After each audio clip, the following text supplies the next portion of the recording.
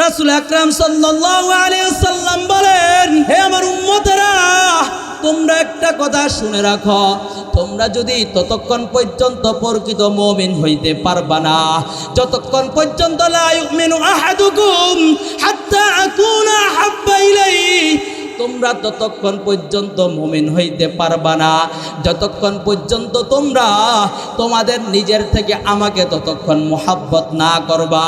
যেমনি ভাবে হযরত আবু যর রাদিয়াল্লাহু তাআলা আনহু থেকে হাদিস বর্ণনা, তিনি বলেন, আবু হযরত ওমর ফারুক রাদিয়াল্লাহু তাআলা আনহুকে জিজ্ঞাসা করলেন, আমার পয়গম্বর ডাক দিলেন, হে ওমর, তুমি আমাকে কতটুকু মুহাব্বত করো? ওমর রাদিয়াল্লাহু তাআলা আনহু বললেন, হে পয়গম্বর, আমি আমার বাবা মা সন্তান সম্পত্তি থেকে সব থেকে আমি আপনাকে মুহাব্বত করি। আমার পয়গম্বর ডাক দিয়ে বলে, হে ওমর, তুমি এখনো প্রকৃত মুমিন হতে পারো নাই যতক্ষণ পর্যন্ত তুমি তোমার নিজের জীবন থেকে আমাকে বেশি মুহাব্বত না করবা। এ গাজীপুরের যুবক ভাই, ও বৃদ্ধ বাবারা, আজকে আপনি আমার 50 বছর অতিবাহিত হয়ে গেল, আমি তো সাহাবায়ে কেরামদের জীবনে একটু পড়ে দেখলাম না। আমার নবীর আদর্শ এমন আদর্শ ছিল যার জন্য সারা বাংলা, সারা বিশ্বের মধ্যে সারা 1400 বছর পূর্ব থেকে নিয়ে আজ পর্যন্ত পৃথিবীর মধ্যে এমন একজন চরিত্রবানের পুরুষ কোনোদিন দুনিয়ার বুকে আগমন করেন নাই। কিন্তু আজকে আফসোসের বিষয়, আমি যখন ওই আমার নবীকে নিয়ে কটূক্তি করা হয়, আমার নবীর ভালোবাসা সম্পর্কে জানা হয়, কিন্তু আমি সেই নবীর উম্মত হওয়া সত্ত্বেও কিন্তু আল্লাহ তাআলাকে মুহাব্বত করতে পারি না, আমার নবীকে মুহাব্বত ভালোবাসা করতে পারি না, ভালোবাসতে পারি না। যেমনি ভাবে হযরত মুআয ইবনে জাবাল রাদিয়াল্লাহু তাআলা আনহু, তিনি আমার নবীকে কেমনি ভাবে মুহাব্বত করতেন। ও গাজীপুরের যুবক ভাই, একটু মনের কান্ডা দিয়ে শোনো, ও পর্দারের মা বোনেরা, ও বৃদ্ধ বাবারা, একটু শুনে রাখো। মুআয ইবনে জাবাল রাদিয়াল্লাহু তাআলা আনহু, যিনি ইয়ামানের গভর্নর হিসেবে তাকে প্রেরণ করবেন, তখন আমার নবী তাকে 10টা উপদেশ দিলেন। উপদেশ দেওয়ার পরে তিনি 1 নাম্বার বললেন, আমার পয়গম্বর মুআয রাদিয়াল্লাহু তাআলা আনহুকে বললেন, হে মুআয, তুমি যখন ইয়ামানে যাবা, তুমি কখনো আল্লাহ তাআলার সাথে শরীক করবা না। ইয়ামানে যাওয়ার সময় তোমার যদি জীবনটাও চলে যায়, তোমাকে যদি শহীদ করে ফেলে, তুমি কোনোদিন আল্লাহ তাআলার সামনে তুমি শিরক করবা না, আল্লাহ তাআলার অবাধ্য হবা না। আমার পয়গম্বরকে মুআয ইবনে জাবাল রাদিয়াল্লাহু তাআলা আনহু এত মুহাব্বত করতেন, আমার নবীও তাকে মুআয ইবনে জাবাল রাদিয়াল্লাহু তাআলা আনহুকে মুহাব্বত করতেন। আমার নবী যখন মুআয রাদিয়াল্লাহু তাআলা আনহুকে ইয়ামানের জন্য বিদায় দিল, যখন আমার নবী চোখ দিয়ে তাকায় রইলেন, যেমনি ভাবে সন্তানকে বাবা বিদায় দেয়, সব কিছু গুছায় দেয়। ও গাজীপুরের যুবক ভাই, আমার অনেকের সন্তান প্রবাসের মাটিতে থাকে। যারা এয়ারপোর্টে গেছেন, 2য় তলায় দেখবেন বাবা সন্তানকে বিদায় দেওয়ার সময় কেমন কান্না করে, আর বাবা একটা ইশারা দিয়ে বলে, ও বাবা, অথবা আমার সাথে তোমার আর দেখা হবে না। গতকালকে প্রবাসী এক ভাই কান্না করার বলতেছে, হুজুর, আমার বাবা আমাকে কতদিন আগে বিদায় দিল, আমার স্ত্রী আমাকে এয়ারপোর্টে এসে বিদায় দিল, কিন্তু আমি জানতাম না। ও পর্দালের মা বোনেরা, ওই যুবক ভাই কান্না করে আর বলতেছে, হুজুর, আমি 1 মাস আসার পরে আমার স্ত্রী দুনিয়ার বুক থেকে চলে যায়। আমার স্ত্রীকে দুনিয়াতে যদি আপন থাকে, মা বাবার পরে কিন্তু স্ত্রীর স্বামী, স্ত্রীর মুহাব্বত। ও যুবক ভাই, আমি কিন্তু আমার নবীর আদর্শ জানি না। ওই বিদেশি প্রবাসীর কান্না দেখে আমিও রাত্রে 1টা বাজে কান্না ছাড়া ঘুমাইতে পারলাম না। কারণ হুজুর আমাকে আগে দিল, সুস্থ মানুষ, আমাকে বিদেশে আসার জন্য তিনি আমাকে অনেক সাহস জুগাইছে। আমি তার মৃত্যুর লাশটা দেখার জন্য আমি 16 ঘন্টা পর্যন্ত আমি অপেক্ষা করাইছি। হুজুর, আমার কপাল পোড়া, আমি আমার স্ত্রীর কাছে কবরটা দেওয়ার জন্য, দাফন করার জন্য যাইতে পারি নাই। ও যুবক ভাই, বলতেছিলাম আমার নবী মুয়াজ ইবনে জাবালকে তিনি বিদায় দিলেন। বিদায় দেওয়ার সময় তিনি এমনি ভাবে তিনি মুয়াজ ইবনে জাবালের দিকে তাকায় রইলে যে মনে হয় কাউকে তিনি এমন মোহাব্বত করে বিদায় দিতেছে। নবীর মুখ দিয়ে আবার আইনা মুয়াজ, ও মুয়াজ তুমি কোথায়? মুয়াজ রাদিয়াল্লাহু তাআলা আনহু যখন কানে এই শব্দটা পড়ল, তিনি উঠ থেকে পড়ে গেলেন। গড়াইতে গড়াইতে আমার নবীর কাছে আয়েশা বসলেন। আয়েশা আমার নবী কান্না মাখা বলতেছেন, ও মুয়াজ তুমি ইয়ামানে যাওয়ার আগে আমাকে ভালো করে দেখে নাও, অথবা তুমি ইয়ামান থেকে আসা আমাকে আর দেখবা না। ভাই বলতেছিলাম সাহাবায়ে কেরামরা আমার নবীকে কেমন মোহাব্বত করতেন। আপনি আমি যে আমার আল্লাহ তাআলাকে ভালোবাসবো, সাহাবায়ে কেরামরা আমার নবীকে মোহাব্বত করে দুনিয়ার বুকে আপনাকে আমাদেরকে দেখায় গেছে। মুয়াজ ইবনে জাবাল রাদিয়াল্লাহু তাআলা আনহু যখন তিনি এমন কান্না করতে লাগলে, আমার নবীর চেহারার দিকে তাকান আর চুমু খান। আমার নবী তাকে সান্ত্বনা দিয়ে বলেন, ও মুয়াজ তুমি শারীরিকভাবে আমার থেকে অনেক দূরে থাকো, লা ইউমিনু আহাদুকুম হাত্তা আকুনা আহাব্বা ইলাইহি মিন ওয়ালিদিহি ওয়া ওয়ালাদিহি আও কামা ক্বালা আলাইহিস সালাতু ওয়াস সালাম।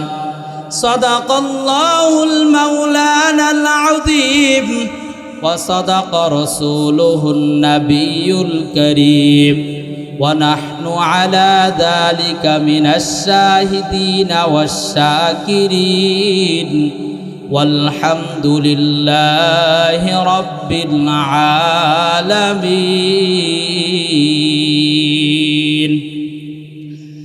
तकबीर में कलिमा में नमाजू में अज़ा में, तकबीर में कलिमा में नमाजू में अज़ा में, हाय नाम इलाही से मिला नाम मोहम्मद, हाय नाम इलाही से मिला नाम मोहम्मद, हाय मीम में महबूब मतलब का इशारा, हाय मीम में महबूब मतलब का इशारा, फिर क्यों न हो महबूब खुदा नाम मोहम्मद, फिर क्यों न हो महबूब खुदा नाम मोहम्मद।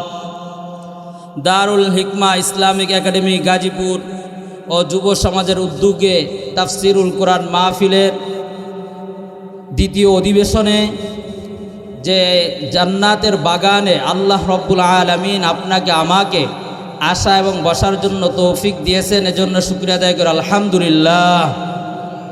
দুরুদ ও সালাম সাইয়্যিদুল মুরসালিন খাতামুন নবিয়্যিন রাসূল আকরাম সাল্লাল্লাহু আলাইহি ওয়াসাল্লামের উপর সর্বোপরি শুকর, যাদের অক্লান্ত পরিশ্রমের মাধ্যমে আজকে জান্নাতের বাগানের আয়োজন করা হয়েছে। আল্লাহ রব্বুল আলামিন তাদের এই পরিশ্রমের বিনিময়ে দুনিয়াতে শান্তি, পরকালে মুক্তির ফয়সালা করে দেন।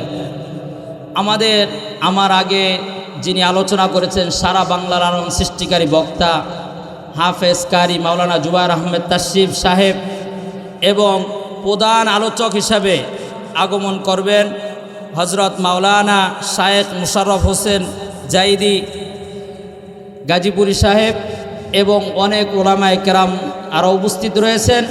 আমার সামনে উপস্থিত আল্লাহ পাকের আশিকিন, জাকিরিন, শাকিরিন, মুরব্বিয়ানি আজম, আমার কলিজার টুকরা যুবক বন্ধুগণ, স্নেহের ছোট ভাই, পর্দালের মা ও বোনেরা, যে আমি পবিত্র কালামুল্লাহ শরীফ থেকে একটি আয়াত এবং রাসূল আকরাম সাল্লাল্লাহু আলাইহি ওয়াসাল্লামের অগণিত হাদিস থেকে একটি হাদিসের অংশ পাঠ করেছি। আল্লাহ রব্বুল আলামিন আমাকে এই কোরআন ও হাদিস অনুযায়ী সংক্ষিপ্ত পরিসরে কিছু কথা এবং যেটা আমার জবান দ্বারা বাইর করে আল্লাহ রব্বুল আলামিন যে আমাকে সবাইকে আমল করার তৌফিক দান করেন। যে আল্লাহ রব্বুল আলামিন পবিত্র কালামুল্লাহ শরীফের মধ্যে বলেন, কুল ইন কুনতুম তুহিব্বুনাল্লাহ ফাত্তাবিউনি ইউহিব্বুকুমুল্লাহ ওয়া ইয়াগফির লাকুম যুনুবাকুম ওয়াল্লাহু গফুরুর রহিম। কুল ইন কুনতুম তুহিব্বুনাল্লাহ, আল্লাহ রাব্বুল আলামিন ডাক দিয়ে বলেন, হে পয়গম্বর, আপনি আমার বান্দাদেরকে জানায়া দেন, কুল ইন কুনতুম তুহিব্বুনাল্লাহ, যদি তোমরা আল্লাহকে ভালোবাসতে চাও, ফাত্তাবিউনি ইউহিব্বুকুমুল্লাহ, আমি পয়গম্বরের তোমরা অনুসরণ করো, ওয়া ইয়াগফির লাকুম যুনুবাকুম, তোমরা যদি আমার অনুযায়ী অনুসরণ করতে পারো তাহলে তোমাদের জন্য রয়েছে ওয়া ইয়াগফির লাকুম যুনুবাকুম ওয়াল্লাহু গফুরুর রহিম, আমি আল্লাহ তোমাদেরকে ক্ষমা করে দিব। রাসূল আকরাম সাল্লাল্লাহু আলাইহি ওয়াসাল্লাম বলেন, লা ইউমিনু আহাদুকুম হাত্তা আকুনা আহাব্বা ইলাইহি মিন ওয়ালিদিহি ওয়া ওয়ালাদিহি। হে বান্দারা, হে আমার উম্মতেরা, তোমরা একটা কথা শুনে রাখো, তোমরা যদি ততক্ষণ পর্যন্ত প্রকৃত মুমিন হইতে পারবা না যতক্ষণ পর্যন্ত লা ইউমিনু আহাদুকুম হাত্তা আকুনা আহাব্বা ইলাইহি, তোমরা ততক্ষণ পর্যন্ত মুমিন হইতে পারবা না যতক্ষণ পর্যন্ত তোমরা তোমাদের নিজের থেকে আমাকে ততক্ষণ মুহাব্বত না করবা। যেমনি ভাবে হযরত আবু যর রাদিয়াল্লাহু তাআলা আনহু থেকে হাদিস বর্ণনা, তিনি বলেন, আবু হযরত ওমর ফারুক রাদিয়াল্লাহু তাআলা আনহুকে জিজ্ঞাসা করলেন, আমার পয়গম্বর ডাক দিলেন, হে ওমর, তুমি আমাকে কতটুকু মুহাব্বত করো? ওমর রাদিয়াল্লাহু তাআলা আনহু বললেন, হে পয়গম্বর, আমি আমার বাবা মা সন্তান সম্পত্তি থেকে সব থেকে আমি আপনাকে মুহাব্বত করি। আমার পয়গম্বর ডাক দিয়ে বলে, হে ওমর, তুমি এখনো প্রকৃত মুমিন হতে পারো নাই যতক্ষণ পর্যন্ত তুমি তোমার নিজের জীবন থেকে আমাকে বেশি মুহাব্বত না করবা। এ গাজীপুরের যুবক ভাই, ও বৃদ্ধ বাবারা, আজকে আপনি আমার 50 বছর অতিবাহিত হয়ে গেল, আমি তো সাহাবায়ে কেরামদের জীবনে একটু পড়ে দেখলাম না। আমার নবীর আদর্শ এমন আদর্শ ছিল যার জন্য সারা বাংলা, সারা বিশ্বের মধ্যে সারা 1400 বছর পূর্ব থেকে নিয়ে আজ পর্যন্ত পৃথিবীর মধ্যে এমন একজন চরিত্রবানের পুরুষ কোনোদিন দুনিয়ার বুকে আগমন করেন নাই। কিন্তু আজকে আফসোসের বিষয়, আমি যখন ওই আমার নবীকে নিয়ে কটূক্তি করা হয়, আমার নবীর ভালোবাসা সম্পর্কে জানা হয়, কিন্তু আমি সেই নবীর উম্মত হওয়া সত্ত্বেও কিন্তু আল্লাহ তাআলাকে মুহাব্বত করতে পারি না, আমার নবীকে মুহাব্বত ভালোবাসা করতে পারি না, ভালোবাসতে পারি না। যেমনি ভাবে হযরত মুআয ইবনে জাবাল রাদিয়াল্লাহু তাআলা আনহু, তিনি আমার নবীকে কেমনি ভাবে মুহাব্বত করতেন। ও গাজীপুরের যুবক ভাই, একটু মনের কান্ডা দিয়ে শোনো, ও পর্দারের মা বোনেরা, ও বৃদ্ধ বাবারা, একটু শুনে রাখো। মুআয ইবনে জাবাল রাদিয়াল্লাহু তাআলা আনহু, যিনি ইয়ামানের গভর্নর হিসেবে তাকে প্রেরণ করবেন, তখন আমার নবী তাকে 10টা উপদেশ দিলেন। উপদেশ দেওয়ার পরে তিনি 1 নাম্বার বললেন, আমার পয়গম্বর মুআয রাদিয়াল্লাহু তাআলা আনহুকে বললেন, হে মুআয, তুমি যখন ইয়ামানে যাবা, তুমি কখনো আল্লাহ তাআলার সাথে শরীক করবা না। ইয়ামানে যাওয়ার সময় তোমার যদি জীবনটাও চলে যায়, তোমাকে যদি শহীদ করে ফেলে, তুমি কোনোদিন আল্লাহ তাআলার সামনে তুমি শিরক করবা না, আল্লাহ তাআলার অবাধ্য হবা না। আমার পয়গম্বরকে মুআয ইবনে জাবাল রাদিয়াল্লাহু তাআলা আনহু এত মুহাব্বত করতেন, আমার নবীও তাকে মুআয ইবনে জাবাল রাদিয়াল্লাহু তাআলা আনহুকে মুহাব্বত করতেন। আমার নবী যখন মুআয রাদিয়াল্লাহু তাআলা আনহুকে ইয়ামানের জন্য বিদায় দিল, যখন আমার নবী চোখ দিয়ে তাকে রইলেন, যেমনি ভাবে সন্তানকে বাবা বিদায় দেয়, সব কিছু গুছায় দেয়। ও গাজীপুরের যুবক ভাই, আমার অনেকের সন্তান প্রবাসের মাটিতে থাকে, যারা এয়ারপোর্টে গেছেন দ্বিতীয় তলায় দেখবেন বাবা সন্তানকে বিদায় দেওয়ার জন্য কেমন কান্না করে, আর বাবা একটা ইশারা দিয়ে বলে, ও বাবা, অথবা আমার সাথে তোমার আর দেখা হবে না। গতকালকে প্রবাসী এক ভাই কান্না করার বলতেছে, হুজুর আমার বাবা আমাকে কতদিন আগে বিদায় দিল, আমার স্ত্রী আমাকে এয়ারপোর্টে এসে বিদায় দিল, কিন্তু আমি জানতাম না ও পর্দালের মা বোনেরা। ওই যুবক ভাই কান্না করে আর বলতেছে, হুজুর আমি 1 মাস আসার পরে আমার স্ত্রী দুনিয়ার বুক থেকে চলে যায়। আমার স্ত্রীকে দুনিয়াতে যদি আপন থাকে, মা বাবার পরে কিন্তু স্ত্রীর স্বামী, স্ত্রীর মোহাব্বত। ও যুবক ভাই, তুমি আমি কিন্তু আমার নবীর আদর্শ জানি না। ওই বিদেশি প্রবাসীর কান্না দেখে আমিও রাত্রে 1টা বাজে কান্না ছাড়া ঘুমাইতে পারলাম না। কারণ হুজুর আমাকে আগে দিল সুস্থ মানুষ, আমাকে বিদেশে আসার জন্য তিনি আমাকে অনেক সাহস জুগাইছে। আমি তার মৃত্যুর লাশটা দেখার জন্য আমি 16 ঘন্টা পর্যন্ত আমি অপেক্ষা করাইছি। হুজুর আমার কপাল পোড়া, আমি আমার স্ত্রীর কাছে কবরটা দেওয়ার জন্য, দাফন করার জন্য যাইতে পারি নাই। ও যুবক ভাই, বলতেছিলাম আমার নবী মুয়াজ ইবনে জাবালকে তিনি বিদায় দিলেন। বিদায় দেওয়ার সময় তিনি এমনি ভাবে তিনি মুয়াজ ইবনে জাবালের দিকে তাকায় রইলে যে মনে হয় কাউকে তিনি এমন মোহাব্বত করে বিদায় দিতেছে। নবীর মুখ দিয়ে আবার, আইনা মুয়াজ, ও মুয়াজ তুমি কোথায়? মুয়াজ রাদিয়াল্লাহু তাআলা আনহু যখন কানে এই শব্দটা পড়ল, তিনি উঠ থেকে পড়ে গেলেন। গড়াইতে গড়াইতে আমার নবীর কাছে আয়েশা বসলেন। আয়েশা আমার নবী কান্না মাখা বলতেছেন, ও মুয়াজ তুমি ইয়ামানে যাওয়ার আগে আমাকে ভালো করে দেখে নাও, অথবা তুমি ইয়ামান থেকে আসা আমাকে আর দেখবা না। ভাই বলতেছিলাম সাহাবায়ে কেরামরা আমার নবীকে কেমন মোহাব্বত করতেন। আপনি আমি যে আমার আল্লাহ তাআলাকে ভালোবাসবো, সাহাবায়ে কেরামরা আমার নবীকে মোহাব্বত করে দুনিয়ার বুকে আপনাকে আমাদেরকে দেখায় গেছে। মুয়াজ ইবনে জাবাল রাদিয়াল্লাহু তাআলা আনহু যখন তিনি এমন কান্না করতে লাগলে, আমার নবীর চেহারার দিকে তাকান আর চুমু খান। আমার নবী তাকে সান্ত্বনা দিয়ে বলেন, ও মুয়াজ, তুমি শারীরিকভাবে আমার থেকে অনেক দূরে থাকো, কিন্তু তোমার কাছে যে তুমি যে সুন্নত, আমার সুন্নত যদি আগ্রহ রাখতে পারো, আবার নবী বিদায় হজের সময়, ও নবীর উম্মতের দল, তোমাদেরকে আমাদেরকে 2টা সবক দিয়া গেছে।